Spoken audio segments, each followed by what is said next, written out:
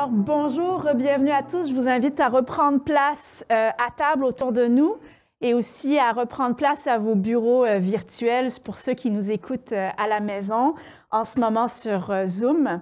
Alors, vous avez peut-être remarqué, on a changé de panéliste. Alors, on a maintenant avec nous des intervenants des fonds de recherche du Québec, du Bureau de coopération interuniversitaire, donc qui réunit les établissements universitaires au Québec, ainsi que de la Fédération professionnelle des journalistes du Québec. Et on va voir avec eux les pistes de solutions justement pour mieux soutenir ceux qui prennent la parole dans les médias, pour qu'il y en ait davantage et pour combattre la désinformation. Alors avec moi, j'ai notamment à ma droite Louise Poisson, directrice scientifique du Fonds de recherche du Québec, Société et Culture. Bonjour. Bonjour. J'ai aussi Luc-Alain Giraldo, directeur général de l'INRS et aussi officier du Bureau de coopération interuniversitaire. Bonjour. Bonjour. Et j'ai à ma gauche Michaël Nguyen, qui est président du comité exécutif de la Fédération professionnelle des journalistes du Québec. Bonjour. Bonjour. Alors, tout simplement, on va commencer tout simplement par votre réaction au panel précédent, puis à ce que vous observez, vous, dans vos institutions par rapport à la prise de les conséquences de la prise de parole en public par les scientifiques dans cette dernière année. Alors, Louise Poisson, pour commencer. Beaucoup de choses ont été soulevées, beaucoup de problématiques auxquelles on essaye de trouver pour lesquelles on essaye de trouver des réponses au fond de recherche ou des solutions plutôt. Et il y avait quand même pas mal de solutions qui ont été envisagées et suggérées. Je ne sais pas si... j'ai combien de secondes, là? Vous avez environ 3 minutes. Ah bon, très bien. Alors, je pense qu'une des premières choses, c'est un truisme, mais c'est vrai que c'est important de le dire, c'est Louis, tout à l'heure, qui l'a signalé. C'est essentiel d'occuper la place, parce que si les scientifiques n'occupent pas la place sur les médias, mais cette place-là est occupée par n'importe quoi ou par des opinions... qui sont, disons, qui sont pas étayées ou qui sont pas documentées ou informées par des faits. Alors, ça, c'est peut-être la première chose. Marine a soulevé un point très important aussi, je pense, sur le fait que là où on trouve de la résistance dans les médias, la résistance, disons, par rapport à la question qu'on se pose aujourd'hui sur la vaccination, c'est très important de la prendre en compte parce que cette résistance-là est effectivement le reflet d'opinions, de lieux d'influence qui, effectivement, exercent beaucoup de pouvoir sur l'opinion publique. Comme le disait Alex, c'est vrai aussi que les médias ne s'adressent pas de un à un, mais s'adressent à la multitude ou à un très grand nombre. Et en plus de ça, sont l'objet de réverbération vers des réseaux plus larges parce que les gens maintiennent ou alimentent le dialogue sur leur propre réseau. Alors, on comprend que c'est donc essentiel que les scientifiques occupent cette place-là, et que nous essayons, ça va être une des actions, une des solutions qu'on va mettre en place au fond, d'essayer d'établir un bilan ou de développer des enquêtes ou des recherches qui vont nous permettre d'étayer la situation sur la désinformation et sur la mésinformation. Et là, disons qu'il y a beaucoup de matière avec la question des vaccins pour nous alimenter. Merci beaucoup. Luc-Alain Giraldo, votre réaction au panel et aux pistes de solutions proposées? Oui, donc merci de m'inviter pour pouvoir en parler. Moi, quand j'écoutais le panel, je réfléchissais à des solutions, puis pour penser à des solutions, il faut avoir une idée claire du problème. Et moi, j'ai trouvé qu'il y avait beaucoup de confusion dans le problème qu'on essayait d'aborder. Je trouvais que d'une part, d'abord, on est tous convaincus qu'on a raison en ce moment, et ça, c'est très dangereux, parce que ça veut dire qu'on sait qu'on a raison, puis les autres ont tort, et je pense que la réalité, pour un scientifique, c'est jamais si clair. Et donc, par exemple, on parle de désinformation, mais on parle aussi de fausse information. Et je ne suis pas certain qu'une fausse information, c'est de la désinformation. Il y a des scientifiques qui, en toute honnêteté, ont fait des travaux publié des livres et des articles qui défendent l'idée que, je ne sais pas moi, les Asiatiques sont plus intelligents que les Blancs, qui sont, eux, plus intelligents que les Noirs. Et ça se passe dans des universités, et ça se fait avec de la science, avec des chiffres et tout ça.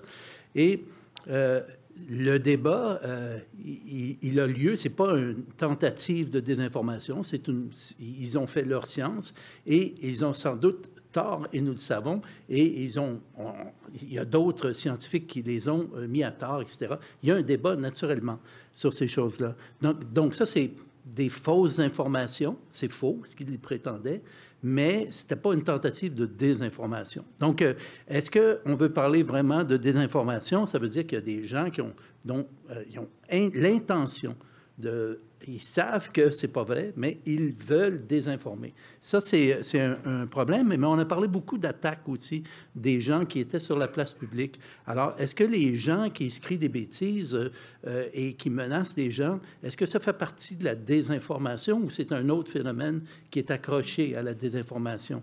Je pense que ça a lieu dans tous les domaines. C'est pas juste dans le domaine de l'information scientifique ou de vouloir mettre des choses à l'avant. Donc, je pense qu'il y a un phénomène parallèle des réseaux sociaux qui permet aux gens, comme les gens dans les automobiles, soudainement, on prend une personne tout à fait normale, on le met dans l'automobile, puis elle crie des bêtises à tout le monde.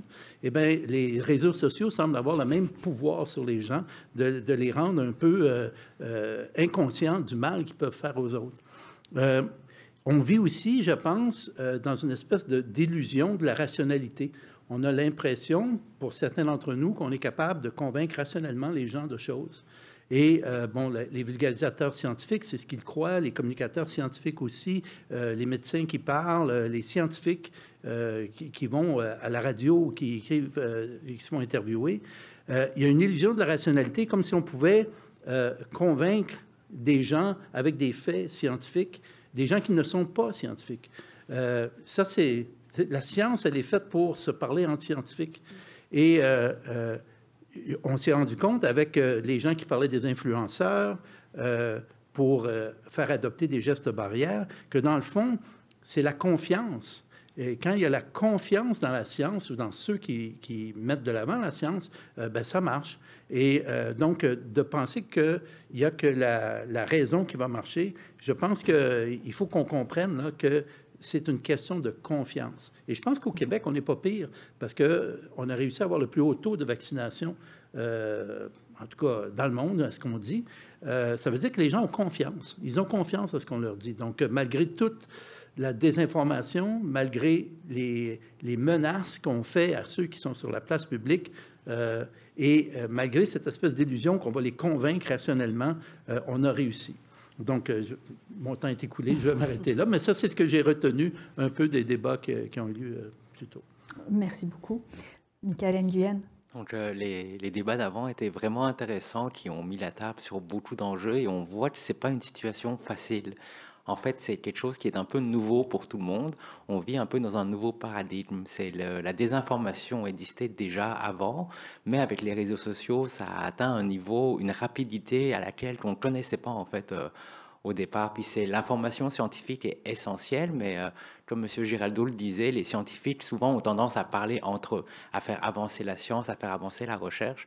Et l'essentiel, c'est aussi de la transmettre, de faire comprendre aux gens comment ça fonctionne, mais avec des gens qui n'ont pas le même niveau de connaissance. Et c'est là que les journalistes ils rentrent en jeu, justement. C'est de l'expliquer, la vulgariser, mais en même temps, on arrive souvent à un certain clash parce que c'est une réalité complètement différente. C'est la science prend le temps de réfléchir, prend le temps de faire des recherches. Les journalistes sont pressés, ils veulent informer le plus rapidement possible pour justement pour expliquer comment ça fonctionne. Il y a aussi l'espace de temps, d'espace d'enjeu.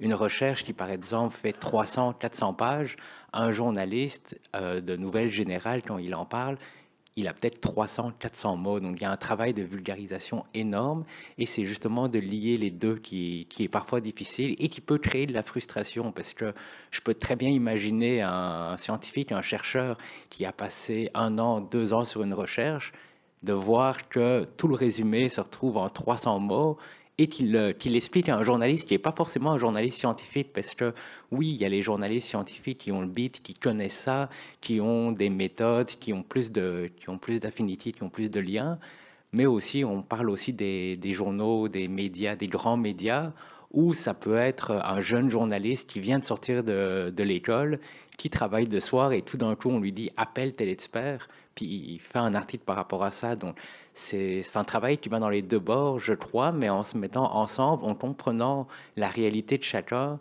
c'est là que ça facilite le travail, parce que le but ultime, c'est d'informer le public, c'est d'informer les gens, et on rajoute une touche de difficulté des gens qui parfois ne veulent pas écouter.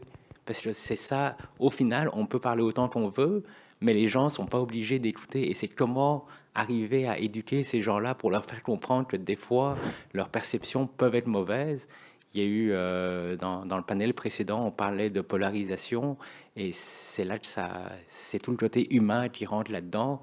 C'est de se comprendre, de le faire avec respect, sans se moquer, mais en même temps d'arriver à son but, parce que ça peut être épuisant, parce qu'il y a des attaques qui se font envers les scientifiques, envers les journalistes, les réseaux sociaux, c'est des tirs groupés, des fois c'est des opérations concertées.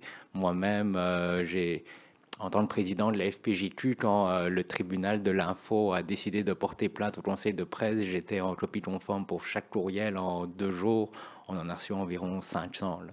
Donc c'est quand même beaucoup, c'est fatigant, mais c'est comprendre d'un point de vue humain pourquoi ils font ça, parce que pour beaucoup, c'est des gens qui ont des inquiétudes légitimes, et il y a certains gourous qui viennent apporter des réponses qui sont fausses, mais au moins il y a des réponses. Au début de la COVID, on ne connaissait rien de ça, justement.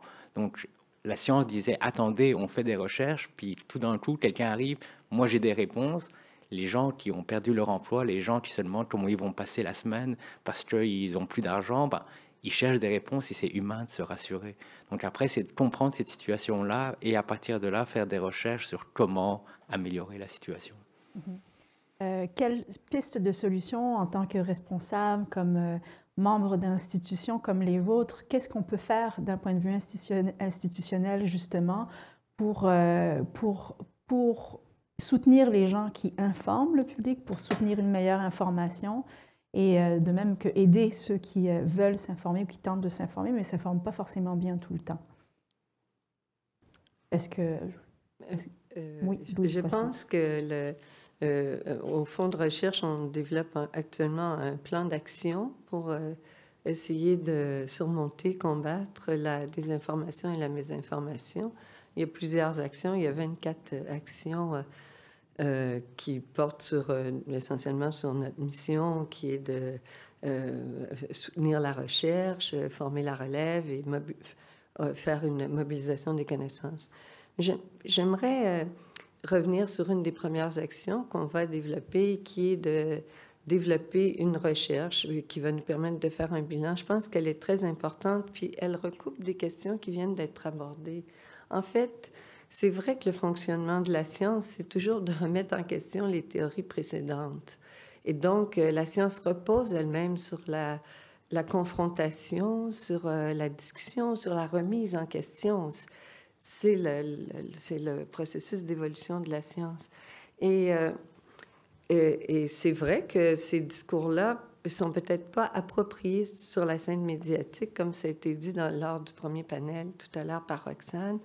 C'est-à-dire que peut-être que les débats entre scientifiques qui se déroulaient auparavant sur la scène des colloques ou dans les revues scientifiques, tout à coup se retrouvent devant le grand public. C'est vrai que c'est délicat. Puis, un autre problème qui est aussi délicat, c'est le fait que c'est pas toujours c'est-à-dire, je pense qu'il faut avoir une très bonne maîtrise d'une théorie scientifique pour en exposer pour bien la comprendre, puis aller directement, avoir un esprit synthétique, bien la présenter.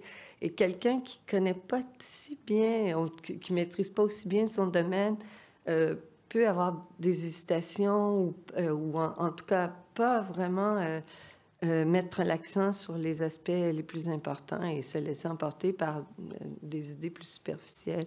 Alors, c'est pas facile de faire de la mobilisation de connaissances.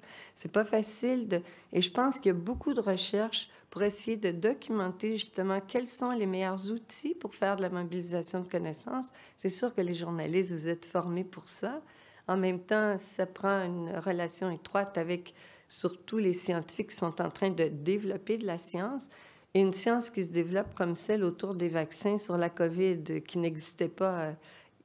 On avait une connaissance sur la vaccination, mais on comprend que chaque jour, la science ou les données qu'on recevait permettaient de réinformer et de revenir sur les décisions prises la veille, etc. C'est pas facile pour le grand public qui n'a pas une grande confiance dans le discours scientifique, qui n'a pas nécessairement une connaissance de comment se déroule la recherche, de dire comment ça se fait qu'un scientifique me dit quelque chose, puis le lendemain, il me dit exactement le contraire, qu'il faut mettre des masques, non, il ne faut pas en mettre, etc. Je prends un exemple simple. En fait, je pense que ça va prendre beaucoup de recherche, puis qui va servir pour plein d'autres cas aussi, sur toute la question de la mobilisation des connaissances, comment mieux outiller les chercheurs, comment mieux rejoindre comment mieux comprendre les résistances du public, comment mieux essayer de les prendre en compte, comment, tout à l'heure, Louis disait que les femmes sont plus ciblées par des réactions violentes, mais c'est des informations que moi, là, je l'apprenais.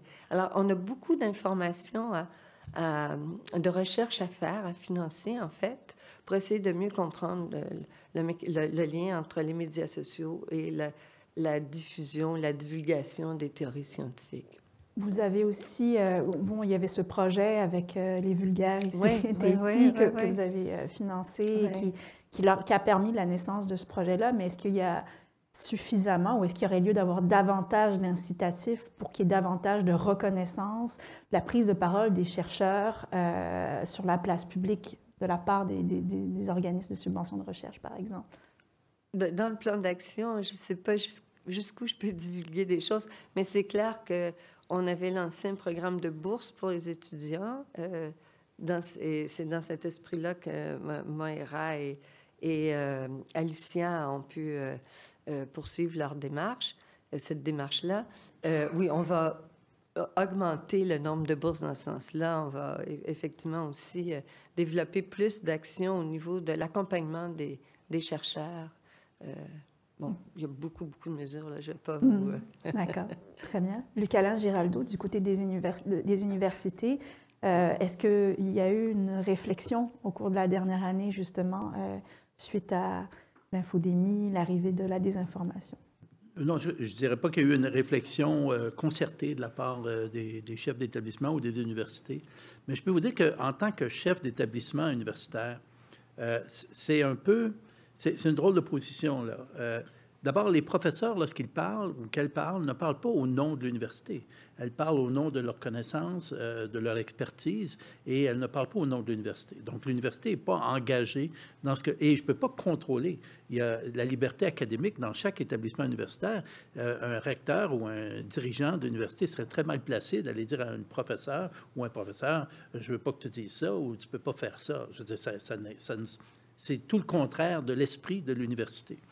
Donc, l'université, en soi, c'est un endroit de liberté, de recherche, de réflexion et d'action. Ça veut dire qu'au sein d'une université, il y a toutes sortes de recherches qui se font. Et oui, aujourd'hui, c'était le début de ce que je vous disais, on est tous d'accord qu'on a raison. Et donc, on voudrait que nos chercheurs qui pensent comme nous aillent sur la place publique puis disent aux gens, dites-leur qu'on a raison. Mais on n'est pas toujours d'accord avec les conclusions des recherches qui se font dans l'établissement universitaire. Alors, si vous me demandez d'encourager mes professeurs à les diffuser, bien sûr, je pense que c'est une responsabilité de chaque chercheur qui est financé par des fonds publics de faire profiter la société de ces résultats. J'ai des gens qui travaillent à fabriquer des nouveaux matériaux, j'ai des gens qui font de l'intelligence artificielle. Est-ce que ils peuvent tous y aller sur la place publique. S'ils se mettent dans le trouble parce qu'ils disent des choses qui sont controversées et qui reçoivent beaucoup de messages haineux, c'est sûr que comme employeur, je dois les aider. Je vais leur fournir des appuis psychologiques. Je vais leur dire peut-être que je sais qu'on offre des formations, le service des communications, on en a déjà parlé pour l'Université de Montréal. Il y a l'INRS, puis je suis sûr que plein d'établissements universitaires offrent des formations aux professeurs et aux étudiantes et étudiants qui voudraient parler sur la place publique, vulgariser leurs choses, leurs résultats. Mais comme chef d'établissement, je ne peux pas. Et je reçois des courriels pour des professeurs. J'ai un professeur qui est une vedette, comme on en a vu là, pour la COVID. Il est souvent dans les journaux. Et on m'écrit à moi pour me demander de le taire. Mais on ne peut pas faire ça. Hein, et je ne réponds même pas à ces courriels-là. Là, mais un chef d'établissement, une université comme telle, ne doit pas contrôler les propos tant que ça demeure dans le domaine d'expertise des gens. Donc, je peux les appuyer s'ils sont dans le trouble, je peux les aider à faire un meilleur travail, mais est-ce que c'est pertinent qu'on insiste et qu'on exige que tous nos professeurs vulgarisent? Ça, je pense que ça serait peut-être pas intéressant, en fait. Toute science est bonne à toujours diffuser. Peut-être qu'il y a des discussions qui doivent se faire ailleurs, justement, dans les réseaux appropriés. C'est ça votre... D'accord. Merci beaucoup. Michael Nguyen. À la fédération, ce qu'on a monté il y a déjà 3 ans maintenant, c'est vraiment la lutte à la désinformation, mais au niveau de l'éducation, au niveau des écoles secondaires, parce qu'on a remarqué que les jeunes lisent beaucoup moins les médias qu'avant. Ils s'informent beaucoup sur les réseaux sociaux où, à cause des algorithmes de Facebook, Twitter et tous les autres, l'information, il y a beaucoup de fausses informations qui circulent. Il y a aussi beaucoup de désinformation. Et donc, c'est des journalistes qui vont dans les écoles à la demande des enseignants pour justement expliquer un peu la base, c'est quoi le journalisme, c'est quoi une vraie nouvelle, comment discerner une fausse nouvelle. Parce que à partir de là, si un jeune apprend à faire la différence, il y a un espoir qu'au fur et à mesure qu'il va avancer dans la vie, il sera équipé pour justement contrer sur toutes les fausses informations auxquelles il va faire face. Parallèlement, on travaille à faire des formations pour les journalistes, par rapport à comment mieux expliquer, comment mieux être outillé, par exemple, sur le journalisme scientifique. Mais aussi, on travaille depuis, pour cette année, sur des ateliers, des formations qu'on pourrait donner aux intervenants. Parce que c'est certain qu'aller dans les médias, pour un scientifique qui n'a peut-être pas l'habitude, c'est l'équivalent d'aller au front, c'est de s'exposer, c'est de passer à la télévision, d'avoir son nom dans les médias et donc d'être la cible d'attaque de gens qui sont en désaccord. Puis on peut le voir, ça peut être très très virulent. Et comme M. Giraldo le disait, est-ce que tout le monde est équipé pour faire face à ça? On est tous humains. On a tous des seuils de tolérance différents. Il y en a, ils peuvent recevoir 50 courriels d'insultes, ça va rien changer à leur vie, ça va leur passer 10 pieds au-dessus de la tête. Il y en a que ça va affecter profondément, puis les deux réactions sont correctes, mais c'est d'y aller en toute connaissance de cause. Et en tant que les journalistes, on est habitué à la communication, on sait comment ça marche, on est au front, on est capable de montrer, d'utiliser notre expérience pour la transmettre justement et de travailler ensemble pour voir comment est-ce qu'on peut allier les deux, parce que c'est rendu à un niveau tellement élevé que je pense pas qu'on peut se dire chaque petit groupe de son côté va travailler pour essayer de régler la situation. Ça prend une action concertée, ça prend une certaine union, c'est de trouver les points communs où est-ce que ça nous arrange, puis travailler ensemble pour justement s'attaquer aux problèmes, parce que sinon c'est peut-être que des coups d'épée dans l'eau. Ouais. Est-ce qu'il n'y a pas un rôle des universités de mieux outiller les scientifiques qui sont parfois récalcitrants, inquiets de parler aux médias? Donc, on voit quelques initiatives. Est-ce qu'il y a un rôle de la part des universités de mieux les outiller? Puis quel genre d'outils on pourrait leur donner pour qu'ils aient moins peur, justement, de se retrouver, d'aller sur la place publique? Oui, il y a une certaine responsabilité de la part des universités d'aider. Évidemment, aucune université ne gagne à avoir des professeurs qui font mal un job de communication ou qui qui bafouillent devant la caméra ou l'université veut bien paraître. On a tous des bons professeurs et on veut qu'ils paraissent sur leur meilleur jour. Donc, c'est sûr que tout le monde est intéressé, toutes les universités sont intéressées à fournir un appui à leurs professeurs pour les aider à être capables d'être des communicateurs efficaces. On le fait aussi pour l'enseignement, hein, parce que c'est aussi une forme de transmission de connaissances, là. Donc, les professeurs sont déjà des personnes qui sont habiles à communiquer dans des classes, à leurs apprentis. Et donc, ils doivent aussi, je pense, être aidés et assistés pour qu'ils puissent le faire avec le grand public. Mais encore une fois, l'université peut les assister, leur donner les moyens, mais ne contrôle pas le message. Le message, c'est vraiment le message du professeur ou de la professeure. Je vous remercie beaucoup d'avoir répondu à mes questions. Et puis, je veux cette fois tendre le micro aux gens qui sont dans la salle ainsi qu'aux personnes qui sont en ligne et qui ont des questions. Donc, c'est le temps de poser vos questions donc dans la petite boîte en bas sur Zoom. Et je vois déjà quelqu'un s'approcher du micro pendant que vous faites ça. Donc, on peut prendre une première question. Oui, bonjour. D'abord, merci beaucoup pour cet événement.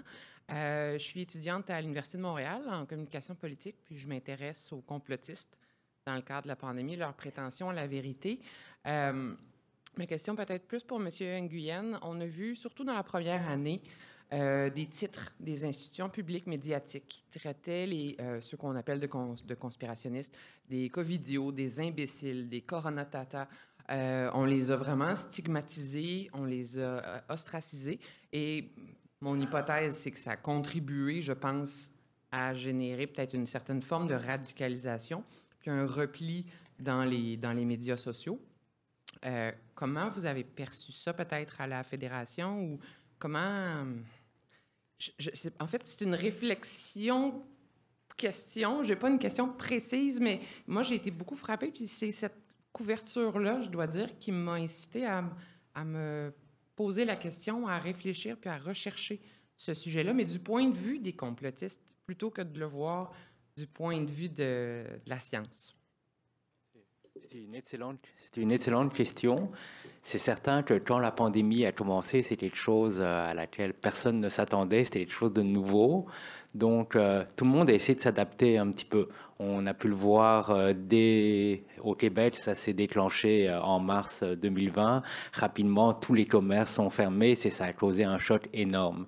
Et en s'adaptant, il y a eu des choix éditoriaux de différents médias d'y aller, par exemple, désolé pour l'anglicisme, en les schémant un petit peu, en utilisant des termes virulents parce que c'est des personnes qui ne voulaient pas respecter les règles sanitaires. Avec du recul, est-ce que c'était la meilleure chose à faire? C'est certain que presque 2 ans plus tard, c'est plus facile de porter un regard critique, mais en même temps, il faut se rappeler qu'à peu près tout a été essayé. On peut le voir, le gouvernement également, au début, a essayé d'avoir la méthode forte, a essayé d'aller la méthode douce. Plus dans les derniers mois, par rapport à la vaccination, ont été vers un message plus empathique. Donc, tout le monde avance un petit peu à tâtons. Plus le temps avance, plus on arrive à se diriger. On comprend mieux le phénomène du complotisme tel qu'il existe, parce que s'il existait avant, parce que c'est absolument pas nouveau, ça a pris une ampleur incroyable et plusieurs figures de proue du complotisme ne sont pas arrivées par hasard en 2020. Ils existaient depuis longtemps. J'ai un exemple en tête qui au départ était contre la DPJ, ensuite était contre les armes à feu, a évolué contre les lois du Québec, mais c'était un phénomène très marginal. On parlait d'une dizaine d'adeptes, d'une vingtaine d'adeptes, et là, tous les groupes se sont dit, avec la COVID, on a trouvé notre manne. Et il ne faut pas oublier de ces groupes-là, on parle d'eux, mais ils cherchent avant tout à se faire de l'argent, parce que derrière chaque vidéo YouTube, c'est envoyez-nous de l'argent, aidez-nous à combattre. Et au final, c'est des gens qui essaient juste de profiter de la vulnérabilité des gens pour se remplir les poches. Donc, en sachant ça, ce qu'on ignorait au début de la pandémie, c'est est-ce qu'on s'adapte? Oui, c'est important de s'adapter, mais c'est peut-être un peu facile de dire oui, on a fait des erreurs, parce que c'est certain que tout le monde a fait des erreurs depuis le début, là. Mais c'est de s'ajuster puis essayer d'aller de l'avant. Merci. C'est un intéressant cas d'école et probablement un objet de recherche éventuellement, la part de responsabilité des médias dans cette radicalisation-là. Est-ce que vous vouliez...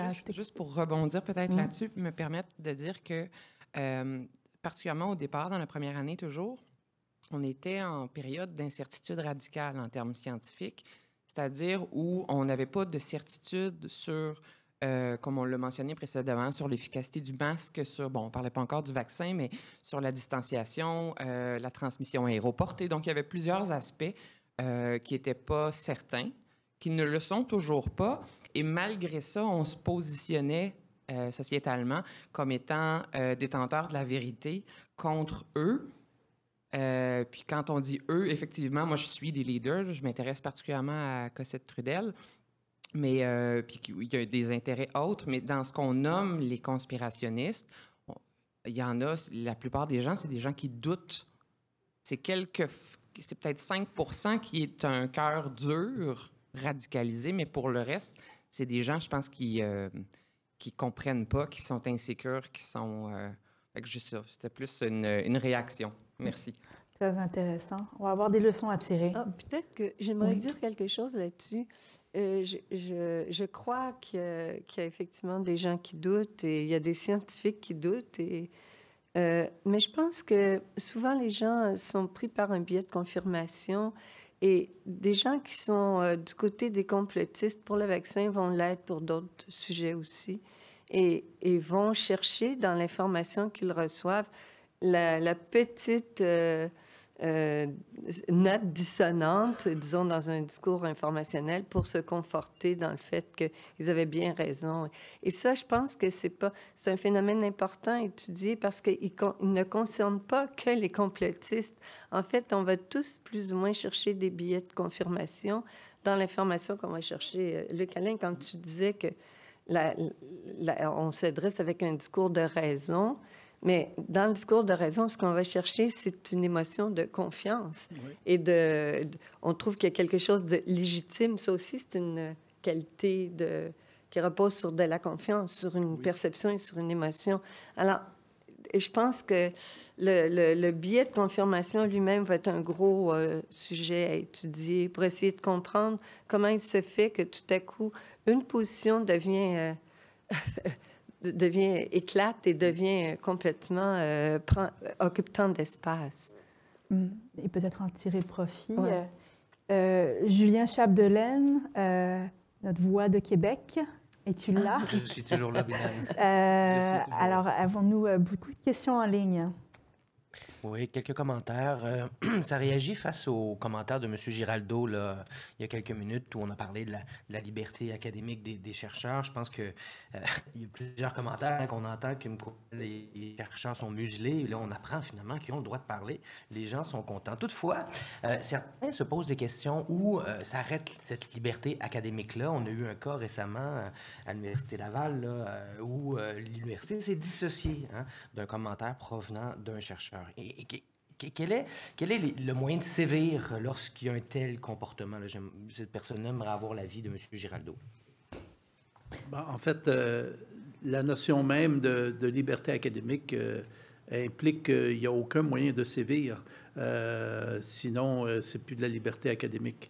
Cependant, je comprends qu'une université puisse vouloir se dissocier des propos de son professeur. C'est-à-dire que l'université, l'institution n'appuie pas ou n'est pas en accord avec les propos qui ont été tenus par le professeur. Ça, c'est tout à fait possible. Mais je pense que la liberté académique, ça implique que le professeur, dans son domaine d'expertise, peut s'exprimer librement. Moi, j'ai vécu le complotisme, ou si vous voulez, puisque je suis un biologiste de l'évolution, et vous savez qu'il y a beaucoup de gens qui s'opposent à l'évolution, et il y a même des sciences créationnistes qui se sont créées. Donc, le débat qu'on voit aujourd'hui, il existe dans plusieurs domaines qui touchent les émotions ou les croyances profondes de certaines personnes. Donc, on pourrait analyser les mêmes débats. Les gens se criaient des noms. Il y a des gens qui ont été victimes de menaces parce qu'ils étaient trop évolutionnistes ou pas assez créationnistes à leur goût. Donc, il faut voir que d'un point de vue, prendre un peu de recul par rapport à la COVID, les questions que vous posez et qui impliquent un chef d'établissement universitaire me demandent d'avoir beaucoup de parcimonie parce que l'université va avoir plus de débats que juste la COVID et il va avoir aussi plus de points de vue que juste un point de vue consensuel. Donc, dans ce sens-là, je pense que les professeurs, je suis étonné que certains en soient étonnés, les professeurs ont la liberté académique dans le domaine d'expertise qu'ils ont. Bien. Est-ce qu'il y a un rôle de faire, justement, on disait, bon, il y a plusieurs experts et là, après, il y a opposition des voix, on le voit. Est-ce qu'il y a un rôle dans l'université? Parce que souvent, toutes les recherches ne se valent pas. Il y en a qui vont dans un sens d'un corpus, un bagage scientifique, alors que d'autres sont plus marginales. Est-ce qu'il y a un rôle universitaire d'aider le public à faire la part des choses dans ces voies-là? Oui. Bien, je pense que dans le cas qui a été présenté là, quand l'Université Laval s'est dissociée, je pense que c'est l'action que l'université a jugé qu'elle devait prendre, justement, pour donner sa vision de la chose. Mais je pense que l'équilibre se fait par une critique des pairs. C'est les autres universitaires qui vont démontrer qu'un des universitaires qui affirme quelque chose qui ne tient pas la route ou qu'il va finir par s'éteindre parce que par la validation ou le manque de validation par les pairs. Donc, dans un des propos qui avait été tenu, et je suis d'accord avec ça, qu'on doit investir un certain effort à déconstruire rationnellement et avec des faits les faux discours. Ça, c'est certain. Et c'est ce que les pairs font entre eux lorsqu'ils se refusent des papiers ou lorsqu'ils se refusent des subventions. C'est ce qu'ils font. D'où l'importance d'avoir une diversité de voix scientifiques. Dans la salle, une question. Merci. Jean-Pierre Perrault, vice-recteur à la recherche aux études supérieures à l'Université de Sherbrooke et président de l'ACFAS. Julien le mentionnait plus tôt aujourd'hui, l'ACFAS et la Fondation canadienne d'innovation rendaient publics les résultats d'un sondage important réalisé sur les croyances, en fait, des 18-24 ans, à savoir, bonne nouvelle, ils croient à la science. Donc ça, c'est le bon point. Moins bonne nouvelle, ils ne lisent pas nos médias ou n'écoutent pas les médias plus traditionnels. Donc, on a un effort collectif à faire à travers ça. Mais je vous invite à aller voir, en fait, les résultats du sondage. C'est pas mal intéressant sur notre page web. Ceci dit, il y a quand même un mot qui ressort qui s'appelle la culture scientifique. Et ça, c'est pas réservé aux universitaires. Je pense que c'est tout au long du système de l'éducation qu'on doit faire plus de place à la culture scientifique. Puis à ce moment-là, je vous rappellerai aussi que dans le mot désinformation, il y a celui d'information. Si au lieu d'avoir 60 ou 70 % qui croient à la science, on arrive à avoir 80 ou 90 % des gens qui croient à la science, bien, ceux qui font de la désinformation vont être pas mal plus minoritaires. Je pense qu'on a un effort très collectif pour l'amener vraiment tout au long de notre système d'éducation. Je pense que ça commence en bas âge à apprendre à construire un argumentaire fondé sur des faits plutôt que des opinions non fondées ou d'avoir le réflexe d'aller vérifier une source d'information. Je voudrais vous entendre, en fait, par rapport à ça. Peut-être, je veux dire que dans les actions qu'on a déjà mises en place, d'ailleurs, au Fonds de recherche et d'autres actions qu'on veut développer, c'est certainement une des cibles. C'est-à-dire que c'est important d'amener les chercheurs sur la scène publique et c'est important de faire entrer la culture scientifique à tous les niveaux scolaires. Et dans le sondage que j'ai entendu, parce que je n'ai pas pu le lire, mais j'ai entendu tout à l'heure que 43 % quand même des jeunes de 18 à 24 ans mettaient en doute la science. Ça, pour moi, c'est extrêmement inquiétant parce que 43 %, c'est quand même la relève, c'est-à-dire des gens qui vont occuper des postes dans la fonction publique, dans le public, etc. Alors là, c'est pour moi, quand j'ai entendu ça tout à l'heure, on s'en est parlé avec le directeur du service des coms qui est là, Benoît Sévigny, à quel point ça va être important de développer une mission sur d'accélération du développement de la culture scientifique à tous les niveaux. Puis on essaye de travailler avec divers médias qui sont autres que l'écrit, disons. avec de la télévision, je sais Savoir Média, Télé-Québec, etc. Je sais que les jeunes ne l'écoutent pas énormément, mais disons que c'est quand même des voies alternatives pour rejoindre des publics qui en rejoignent d'autres.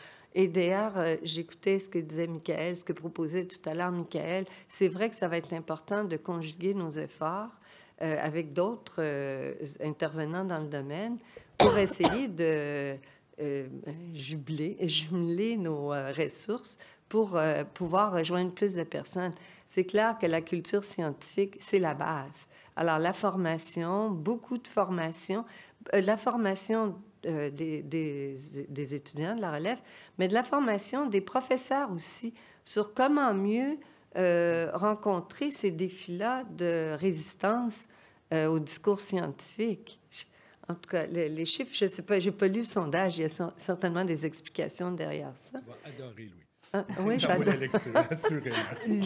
Luc Alain. Moi, j'aimerais, je trouve que c'est une très, très bonne idée de dire que la culture scientifique, c'est quelque chose qu'il faut développer. Le Québec est pas mal bon, je pense, en termes de culture scientifique. On a une association de communicateurs scientifiques, on a une revue scientifique. Pour un peuple de notre taille, c'est déjà beaucoup. C'est signe que le Québec a déjà faim de culture scientifique. On a des émissions radio, des émissions télé, qui sont les nôtres, ce n'est pas juste des reprises qu'on fait venir d'ailleurs. Mais ce que je déplore, c'est que souvent, lorsqu'on parle de culture scientifique, on pense aux sciences naturelles. Et je pense que les sciences sociales sont aussi une partie importante de cette culture-là. Et ce qui arrive dans nos écoles secondaires et puis au cégep, c'est que très tôt, il y a des chemins qui séparent les gens, qui vont aller vers les sciences sociales et les gens qui vont aller vers les sciences naturelles ou la médecine et tout ça. Et puis là, ça veut dire qu'il y a des personnes que la dernière fois qu'ils ont entendu parler d'un chromosome, c'est il y a 20 ans. Et c'est des choses qui sont importantes. Et il y a des scientifiques qui ont zéro culture de sciences sociales. Et ça, c'est horrible aussi. Donc, quand on développe une culture scientifique, j'aimerais, moi, qu'on repense les cursus et de sorte que les sciences soient présentes tout au long du cours du développement, peut-être en modulant. On ne peut pas donner autant de sciences à quelqu'un qui s'en va faire du travail social, mais il devrait y en avoir partout, tout le temps. Et ça, c'est ceux qui passent à travers le système. Et il faut vraiment parler du phénomène du décrochage scolaire. Je veux dire, les gens là, qui sont... qui agissent, qui agitent, qui pensent à des complots. Est-ce que ce sont ceux qui ont fini l'université ou est-ce que ce sont, pour plusieurs, des gens qui ont été abandonnés par le système d'éducation et qui sont retrouvés sans secondaire 5? Là. Alors, il faut vraiment qu'on fasse un effort concerté comme société de trouver une façon de garder les gens dans le système de l'éducation le plus longtemps possible. Sinon, il n'y a pas d'espoir parce qu'on va toujours parler à une minorité de personnes. Je vais prendre brièvement une dernière question en ligne. Julien, est-ce qu'il y avait encore, une question? Oui, une question qui est plus macro, qui va aussi sur les pistes d'action. On parle beaucoup justement de cette jeunesse-là qui...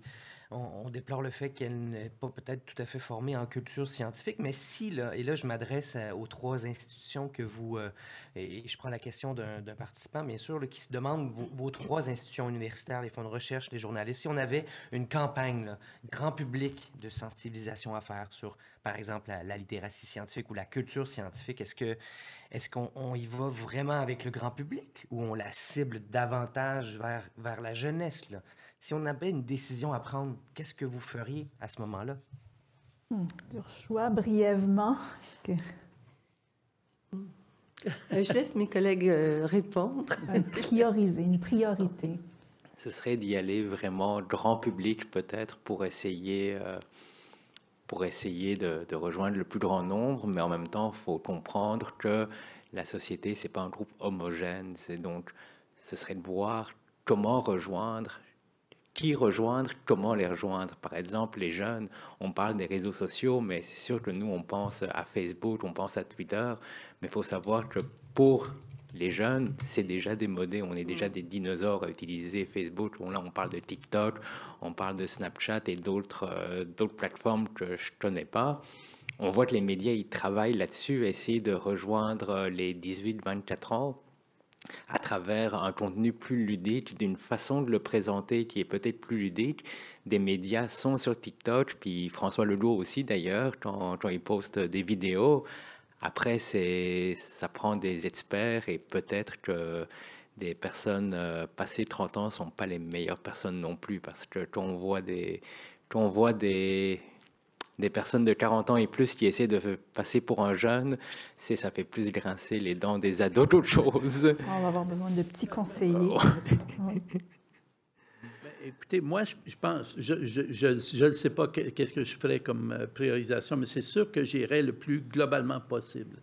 Et je pense que ce que j'essaierais de faire comprendre aux gens, c'est que la société qu'on a construite, dans laquelle on vit, est une société scientifique. Si on était capable d'avoir un recul de 300 ans, de voir les sociétés, que c'était des sociétés différentes qui tournaient autour de la religion ou de la monarchie, ou je sais trop quoi, mais aujourd'hui, on ne peut pas fonctionner dans notre société si on n'a pas une culture scientifique. On ne peut pas fonctionner à découvrir tout ce qu'on a partout. Ça n'arrête pas de changer, d'aller très rapidement. On est dans une société scientifique, techno-scientifique. Et pour pouvoir jouer notre rôle dans cette société, il faut comprendre un minimum de science. Donc, moi, j'essaierais juste de dire aux gens, la science, ce n'est pas quelque chose en marge, c'est notre culture. Si des archéologues avaient à caractériser notre ère en ce moment, ils diraient c'est l'ère de la technoscience. Et notre réussite, notre insertion sociale, notre réussite sociale, nos amis, tout ça dépend de notre capacité d'interagir avec la culture scientifique. Merci. Brièvement, le mot de la fin à Louise Poisson. Je crois que miser sur les jeunes, c'est aussi assez important parce qu'ils sont peut-être moins façonnés d'une façon définitive ou moins figés.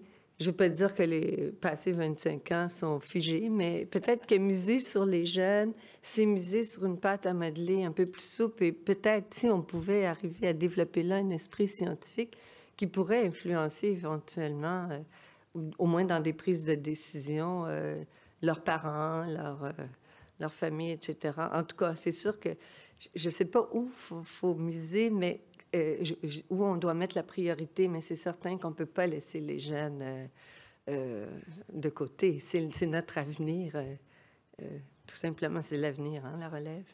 Merci beaucoup. Je pense qu'on a à l'écoute dans la salle et on a des gens en ondes, en ligne, et tous ceux qui vont nous regarder par la suite.